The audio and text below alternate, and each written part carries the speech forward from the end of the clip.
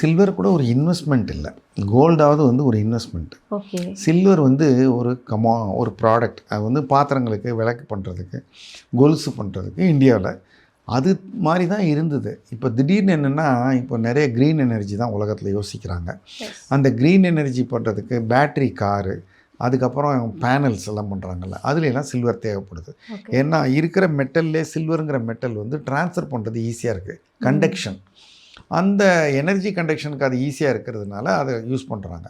இப்போ அது ரொம்ப அதிகமான அளவு ப்ரொடியூஸ் ஆகிறதுனால இண்டஸ்ட்ரியல் டிமாண்ட் அதிகமாகிடுச்சு.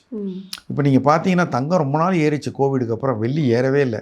எல்லோரும் வெறுத்து போய் என்னடா வெள்ளி ஏறவே மாட்டேங்குதுன்னாங்க. அது திடீர்னு பைத்தியம் முடிச்ச மாதிரி ஏறி ஒரேடியாக மேலே போயிடுச்சு. ஏன்னா இப்போ நான் கோல்டுக்கு சொன்னது எல்லாம் சில்வருக்கு அப்ளிகபிள். மல்டி கமாடிட்டி எக்ஸ்சேஞ்சில் சில்வர் வாங்கலாம்.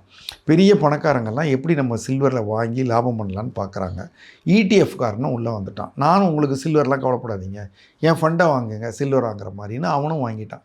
இப்போ இது எல்லாம் சேர்ந்து சில்வருக்கு புது டிமாண்ட் வந்து, கோல்டாவது ஒரு 100 வருஷம் 200 வருஷம் 300 வருஷமாக என்ன விலை நடந்தது, எப்படி மூவ் ஆகிருக்குன்னு சார்ட்லாம் போட்டு எல்லாம் பார்க்குறாங்க. சில்வரை வந்து ஒரு செகண்ட் ரேட்டை தான் வச்சுருந்தாங்க அதை.